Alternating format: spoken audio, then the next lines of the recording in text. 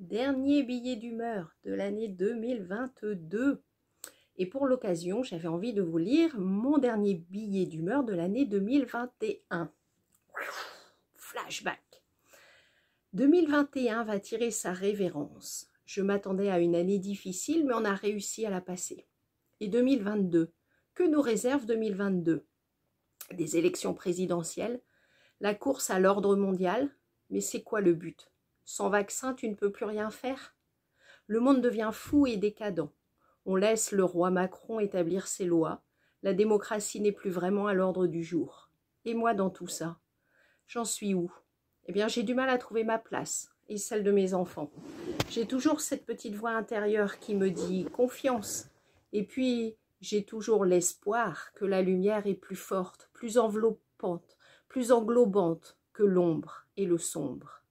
La Bérénice rayonnante refait surface, mais je me sens impuissante. Je ne sais pas quoi faire. Je récite des mantras, je prie. Comment Dieu peut-il laisser cet ordre mondial s'installer? Le pass vaccinal est déjà dans certains pays. Le roi Macron continue à imposer ses lois à coups de mensonges, de manipulation et de propagande. Et le pire, c'est que nous sommes une minorité à voir cela. Plus c'est gros, plus ça passe, et c'est vrai. Des millions de gens ont plaisir à instaurer ce pouvoir du pass. Mais quelle honte, quelle honte. Ma liste des honteux s'allonge. Journalistes, médecins, politiciens. Et puis, ces parents qui se laissent endormir pour vacciner leurs enfants. Qui protège qui? Je ne veux surtout pas juger, seul Dieu juge. Mais pour prendre des décisions, c'est bien d'avoir les différents points de vue. C'est bien d'avoir plusieurs vérités, de se faire sa propre opinion. Or, à l'heure actuelle, les points de vue vont tous dans le même sens. Et si tu n'as pas le même, eh ben, surtout ne réfléchissez pas, ne posez pas de questions, endormez-vous les gens.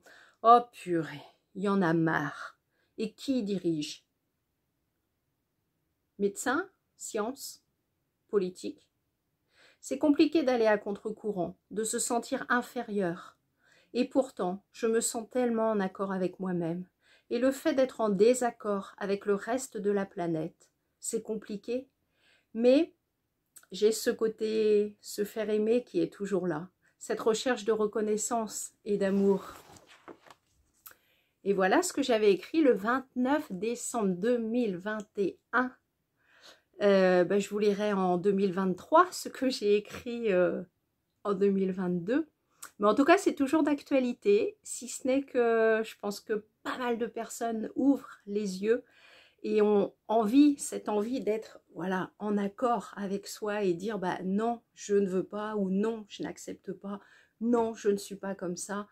Et voilà, je me fais mes propres opinions. Allez, à bientôt l'année prochaine.